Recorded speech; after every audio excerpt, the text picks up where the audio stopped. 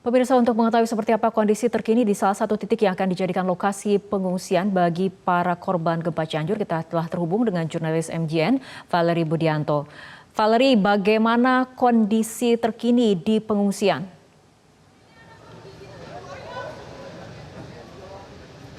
Baik Fitri, kondisi terkini di pengungsian adalah saat ini saya sedang berada di RSUD Cimacan, di mana nantinya di tempat ini akan didirikan salah satu posko pengungsian oleh Kementerian Sosial, di mana sebenarnya mayoritas korban yang menuju ke sini adalah korban dari gempa Cianjur, dan tak hanya gempa Cianjur melainkan juga tanah longsor yang menjadi imbas dari gempa Cianjur tersebut, di mana tadi berdasarkan pantauan kami di lokasi, longsor ini terjadi di Cugenang, Jawa Barat, di mana Cugenang ini merupakan salah satu jalur puncak menuju Bogor apabila berangkat dari arah Cianjur. Adapun kondisi terkini yang ada di sini adalah kami melihat sudah ada total 8 truk yang dikerahkan oleh pihak dari Kementerian Sosial, di mana 8 truk ini sudah sampai dari sejak pukul 5 sore tadi. Kemudian pertama-tama sekitar ada 6 truk yang sampai pada pukul 5 sore, kemudian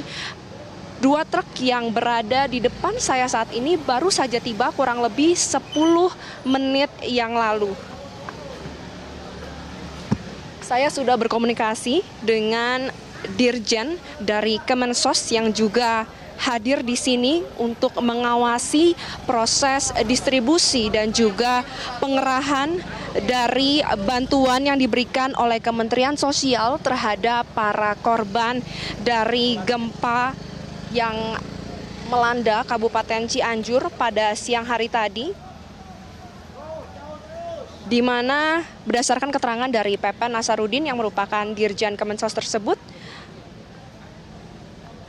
telah dikerahkan sebanyak makanan siap saji sebanyak 920 paket, kemudian makanan anak sebanyak 696 paket, lalu pakaian untuk orang dewasa sebanyak 579 paket, kemudian selimut sebanyak 559 paket, kasur merah sebanyak 492 paket, peralatan makan dan peralatan dapur keluarga sebanyak 13 paket, peralatan untuk anak-anak sebanyak 190 paket, dan peralatan untuk keluarga sebanyak 190 paket. Nah Fitri, bisa dilihat bahwa saat ini salah satu truk dari total 8 truk sedang dikeluarkan barang-barang yang merupakan bantuan dari Kementerian Sosial tersebut, di mana nantinya pihak dari Kemensos ini juga menyatakan bahwa selain akan ada posko yang dibangun di RSUD Cimacan ini, pihak dari Kemensos juga akan mendirikan sejumlah posko pengungsian di titik-titik lainnya. Namun memang untuk spesifiknya di mana nanti posko pengungsian akan didirikan masih akan disesuaikan, dan melihat di mana mayoritas warga memilih untuk mengungsi sendiri terlebih dahulu, kurang lebih kisaran 2 km hingga 3 km dari RSUD Cimacan. Rencananya distribusi ini akan dilakukan malam ini. Jadi mulai saat ini nanti setelah usai diturunkan dari truk-truk akan langsung disalurkan oleh pihak Kemensos ke keluarga korban, lalu kemudian juga pada korban-korban yang berada di sini. Kemudian juga rencananya berdasarkan informasi yang kami dapatkan, nanti Menteri Sosial, Mensos, yaitu Tri Risma Maharani juga akan tiba atau berkunjung ke lokasi gempa ini, dan saat ini sedang dalam perjalanan dari Yogyakarta menuju ke Cianjur. Nah, bisa dilihat ini adalah tenda-tenda yang akan mulai didirikan. Nanti tenda berkarpet merah ini akan dijadikan posko pengungsian. Bisa dilihat juga sejumlah warga sekitar turut membantu proses pendirian posko pengungsian di sini, mengingat banyaknya warga, banyaknya korban juga yang berada di sini untuk mengungsi dan menyelamatkan diri. Dan tak hanya itu, banyak juga dari keluarga korban yang memilih untuk berada di sini untuk menemani maupun meninjau keluarganya yang menjadi korban dari tanah longsor maupun gempa dari Kabupaten Cianjur ini, karena mereka saat ini sedang dirawat di RSUD Cimacan. Fitri. Valerie, kapan lokasi pengungsian ini akan siap digunakan oleh para korban?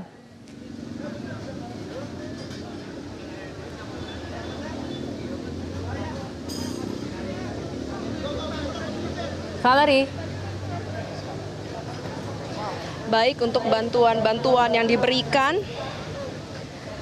total bantuan yang diberikan seperti yang sudah saya sebutkan sebelumnya ada terdiri atas pakaian, kemudian juga pendirian tenda pengungsian, kemudian juga ada makanan yang akan terus diberikan dan juga dikerahkan, dan juga berdasarkan informasi yang kami dapatkan dari pihak Kemensos yang berada di RSUD Cimacan ini, total ada sebanyak 51 pihak atau personil Kemensos yang dikerahkan untuk menjaga dan juga mengawasi pendistribusian dari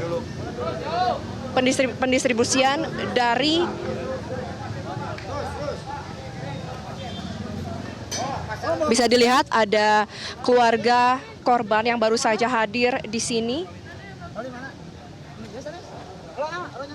Apabila kita melihat ke depan, Fitri, bisa dilihat juga sebenarnya di sini sudah ada tenda yang didirikan oleh pihak rumah sakit. Ini bukanlah tenda yang didirikan dari pihak Kemensos, namun memang fungsi dari tenda ini apabila ada korban-korban dari gempa Kabupaten Cianjur siang tadi yang tidak terlalu parah, kurang lebih seperti itu, mereka dapat dirawat secara langsung di sini. Kami melihat sejumlah petugas kepolisian, sejumlah petugas dari batalion, kemudian juga pihak dari Kemensos yang terus berjaga mengawasi proses datangnya mobil-mobil ambulans di RSUD Cimacan ini.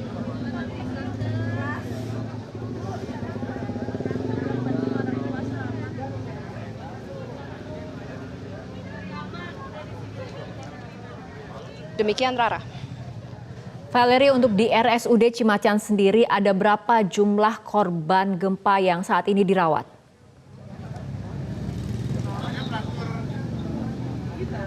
Baik, Rara, sejauh ini korban yang dirawat di sini kisaran sekitar ada ratusan orang, di mana memang bukan hanya korban gempa yang dirawat di sini, melainkan juga korban dari tanah longsor yang menjadi imbas dari gempa. Di mana berdasarkan pantauan kami saat ini, mayoritas dari korban begitu memang ada mobil ambulans yang masuk ke dalam RSUD Cimacan ini, langsung dibuka jalan untuk kemudian bisa langsung dibawa ke dalam rumah sakit. Ya, bisa dilihat di sini ada korban-korban yang memang menunggu di luar, kemudian juga ada pihak-pihak dari keluarga korban. Tadi juga kami melihat teman-teman dari keluarga korban yang terus berdatangan untuk mengunjungi RSUD Cimacan di mana tempat temannya dirawat. Selain di RSUD Cimacan, sebenarnya korban-korban ini juga dikerahkan ke RSUD terdekat lainnya. Usai tiba di rumah sakit, mereka langsung dimasukkan ke dalam rumah sakit untuk kemudian diperiksa oleh dokter dan juga ditentukan apa perawatan yang harus diberikan kepada mereka. Di mana longsor ini selain mengakibatkan banyaknya korban jiwa, juga ternyata mengakibatkan terputusnya jalur mobilisasi dari Cipanas menuju ke Cianjur, di mana hal ini mengakibatkan akses lalu lintas di jalur Cipanas ini juga tertutup.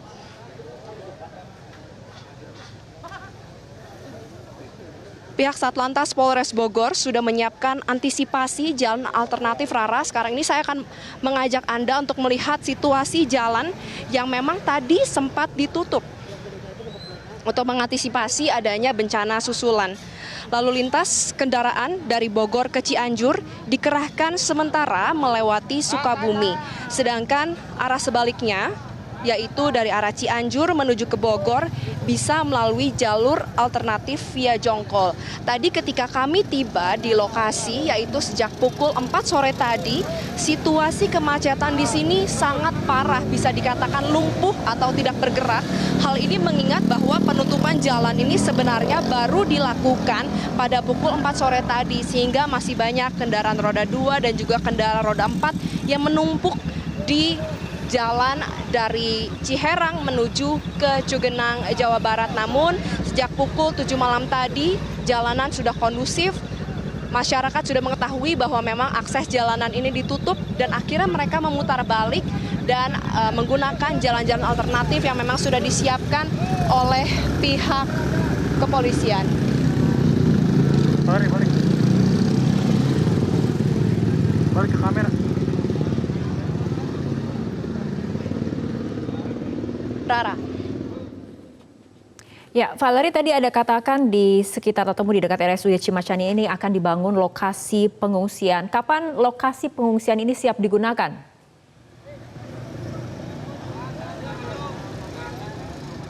Baik Rara, lokasi pengungsian ini akan siap digunakan malam ini juga mengingat memang menjadi urgensi atau merupakan suatu hal yang penting agar posko pengungsian ini dapat terjadi atau diselesaikan sedini mungkin. Bisa dilihat bahwa di dalam sana sudah ada sejumlah pihak dari Kemensos yang juga dibantu oleh petugas ojek online, kemudian juga dari memang pihak keluarga korban yang berada di sini untuk menemani korbannya.